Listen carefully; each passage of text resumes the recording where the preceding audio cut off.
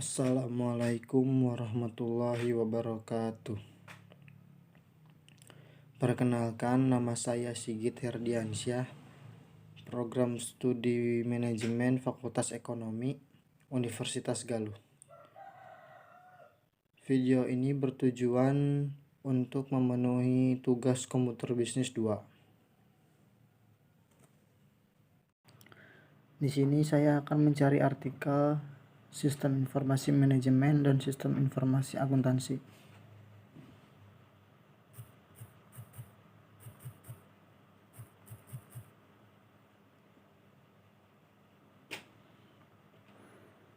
Kita cari.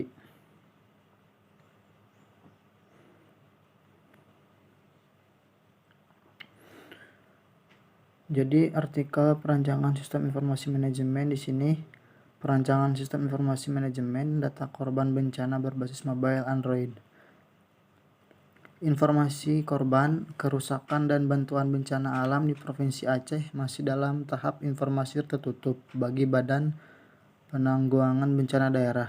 Dan diketahui bahwa sistem informasi korban bencana pada saat ini masih direkap dan menggunakan aplikasi Office seperti halnya Word Processor maupun aplikasi Speedhead, sehingga informasi ke publik masih terbatas. Maka oleh sebab itu tujuan penelitian adalah merancang sistem informasi korban, kerusakan dan bantuan bencana alam berbasis Android. Penelitian dibangun menggunakan pemrograman Java melalui perangkat Android Studio untuk aplikasi Silent, sedangkan pada sisi server dibangun menggunakan pemrograman PHP dan DBMS SQL. Penelitian menghasilkan sistem informasi manajemen data korban, kerusakan dan bantuan bencana alam berbasis Android dapat digunakan oleh publik di Provinsi Aceh.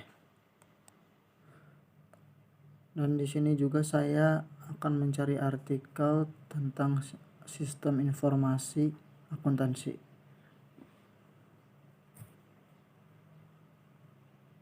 Ada ya.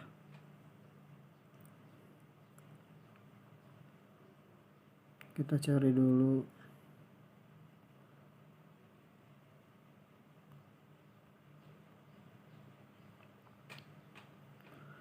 Sistem informasi akuntansi, penerimaan dan pengeluaran kas untuk perencanaan dan pengendalian keuangan pada organisasi nirlaba keagamaan. Setiap organisasi memerlukan sistem informasi akuntansi yang telah direncanakan dan diawasi dengan baik untuk mengontrol keuangan yang masuk maupun keluar. Adanya sistem informasi akuntansi tersebut, maka tujuan organisasi akan dapat tercapai.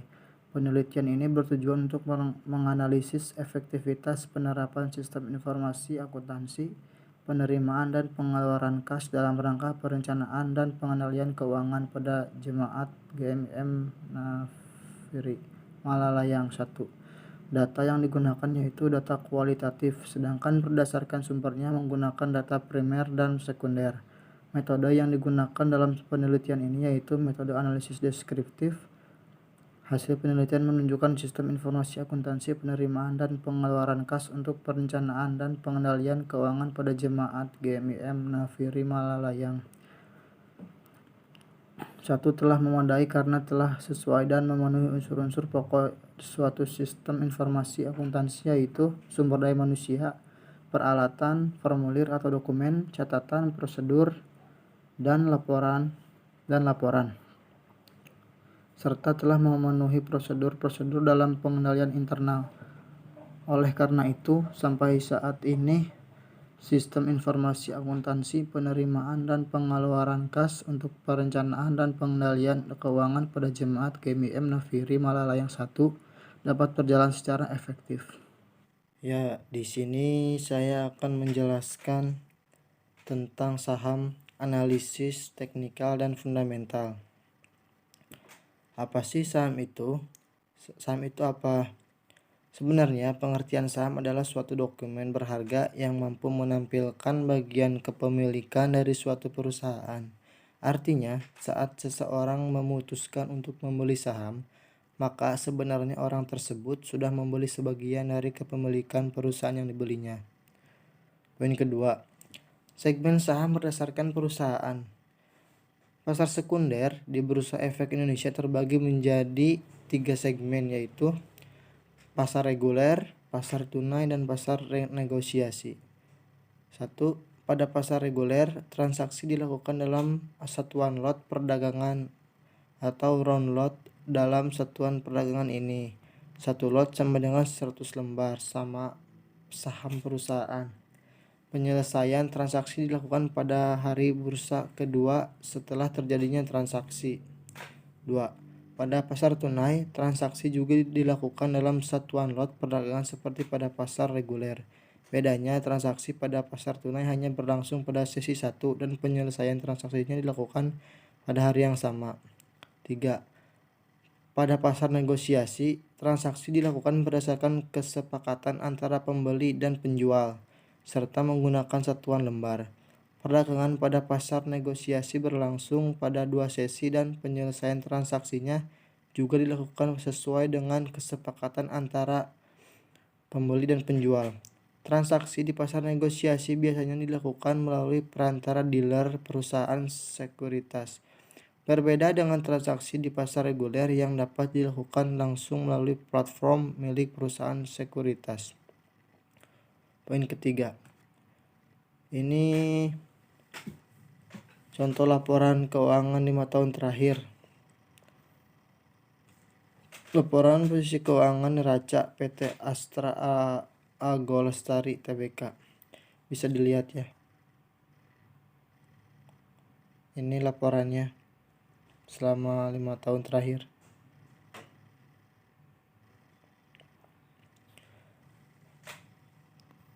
PT Astra Agolestari Tbk adalah perusahaan publik yang ruang lingkup kegiatan usahanya adalah 1. Perkebunan, 2. Perdagangan umum, 3. Perindustrian, 4. Pengangkutan, 5. Konsultan dan jasa. Perkebunan kelapa sawit dan pabrik perusahaan berlokasi di Kalimantan Selatan, sedangkan perkebunan dan pabrik pengolahan anak perusahaan berlokasi di Pulau Jawa, Sumatera, Kalimantan, dan Sulawesi. Perusahaan ini melakukan penawaran umum perdana saham biasa kepada masyarakat pada tanggal 21 November 1997 sebanyak 125,8 juta saham dengan nilai nominal Rp500 per saham dan harga penawaran sebesar Rp1.550 per saham. Data-data di atas diambil dari neraca perusahaan pada akhir periode tahun 2012, 2013, 2014, 2015, dan 2016.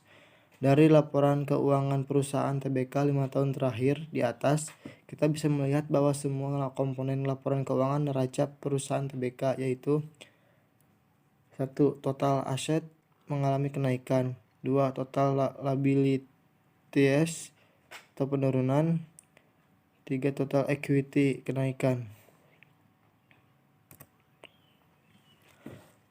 Poin ketiga, apa sih faktor yang mempengaruhi naik turunnya saham? 1. Faktor internal. 1. Aksi korporasi perusahaan, yakni segala bentuk kebijakan yang ditetapkan manajemen perusahaan, umumnya berupa pelepasan saham atau divestasi, akuisisi, penggabungan atau merger, pembagian dividen, pemecahan saham atau stock split, dan right issue. 2. Baik buruknya fundamental perusahaan. Faktor lain penyebab naik turunnya harga saham dilihat dari fundamental perusahaan seperti laporan keuangan emiten, pangsa pasar, tren atau prospek bisnis, siklus bisnis, dan lainnya. 3. Kinerja perusahaan di masa depan.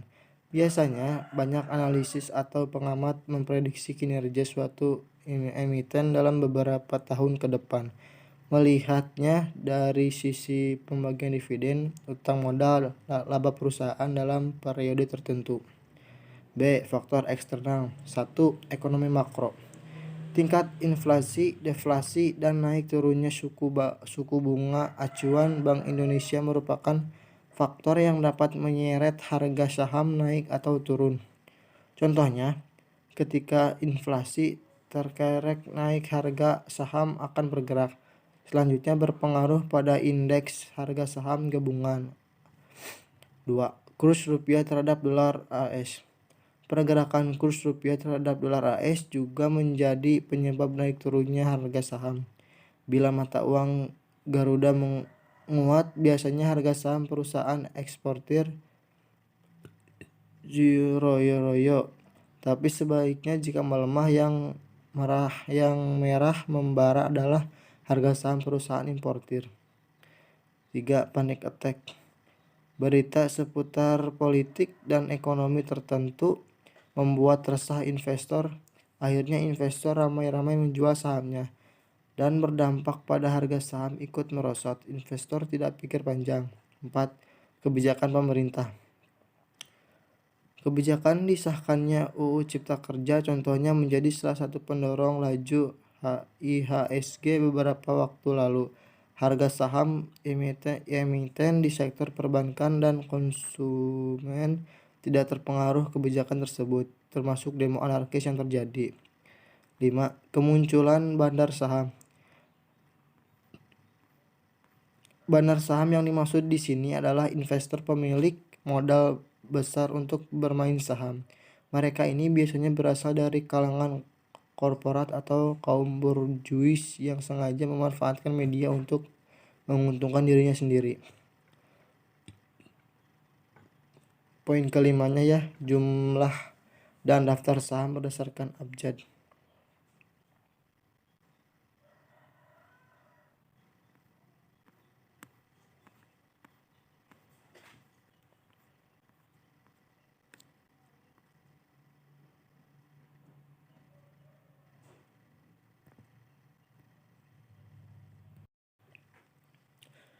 Di sini juga ada istilah dalam saham.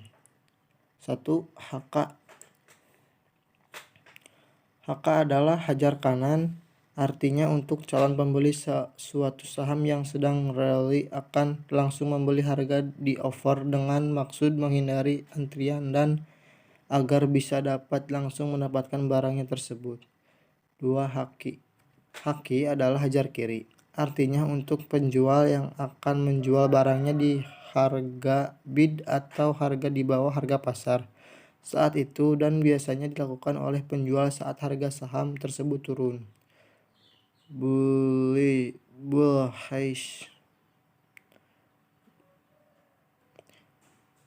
Bullish merupakan kecenderungan harga saham untuk bergerak naik dalam periode tertentu.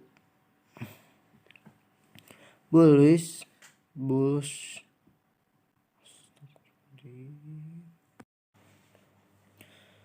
Oke, di sini juga ada istilah dalam saham. 1. HK. HK adalah hajar kanan, artinya untuk calon pembeli suatu saham yang sedang rally akan langsung membeli, harga di offer dengan maksud menghindari antrian dan agar bisa dapat langsung mendapatkan barangnya tersebut. 2. Haki. Haki adalah hajar kiri, artinya untuk penjual yang akan menjual barangnya di harga bid atau harga di bawah harga pasar saat itu, dan biasanya dilakukan oleh penjual saat harga saham tersebut turun. 3. Bullish. Bullish merupakan kecenderungan harga saham untuk bergerak naik dalam periode tertentu. Bullish berasal dari kata bull atau banteng, adalah kondisi pasar atau market yang saat itu sedang mengalami kenaikan harga secara umum. 4. Bearish. Sementara bearish merupakan lawan kata bullish atau kecenderungan harga saham mengalami penurunan. Bearish berasal dari kata bear atau beruang, adalah kondisi pasar. Ada kondisi pasar atau market yang saat itu sedang mengalami penurunan secara umum. Lot adalah satuan standar dalam transaksi beli dan jual saham.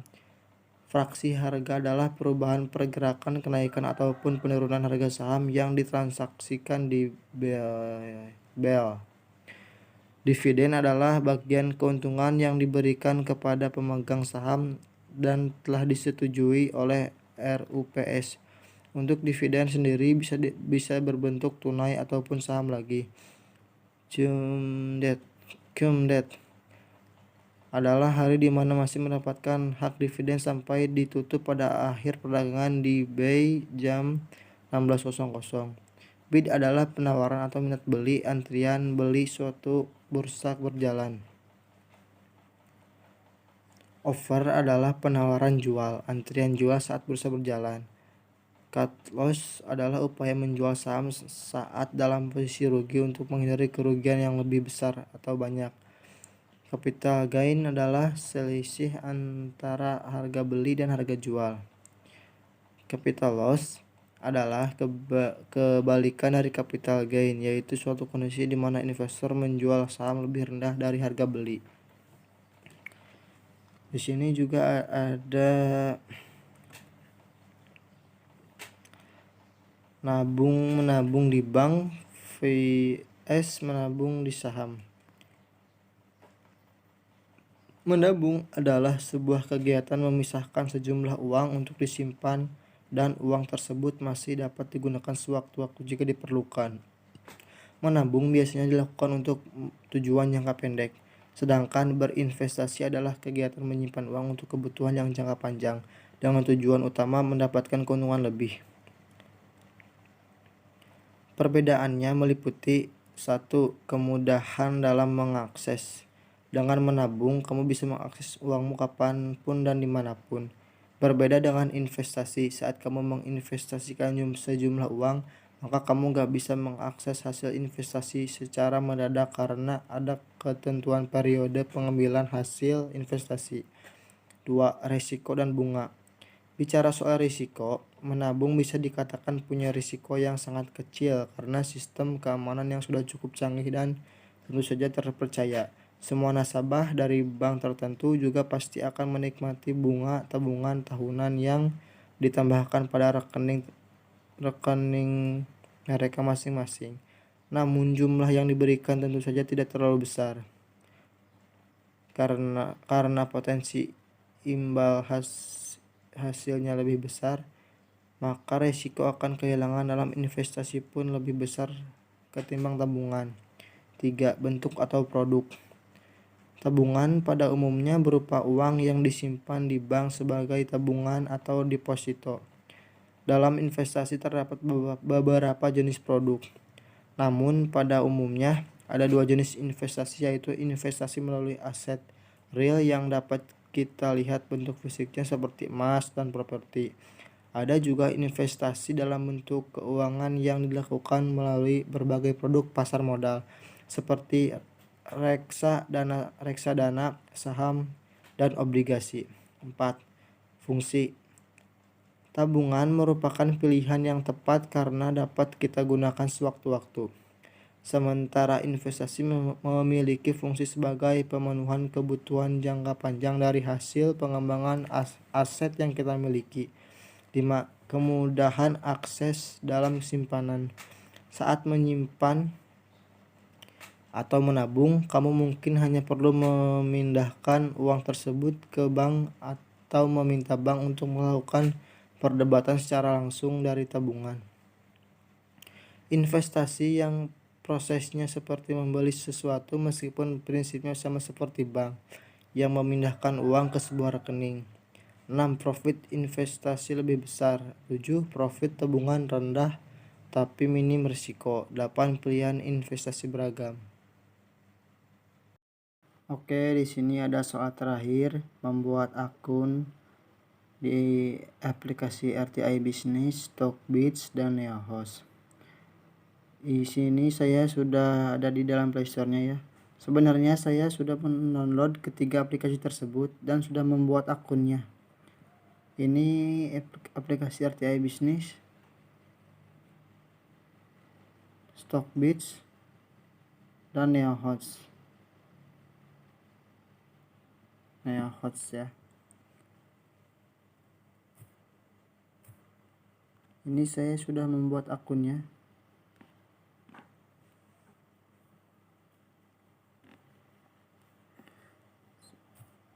Sudah saya buat akunnya.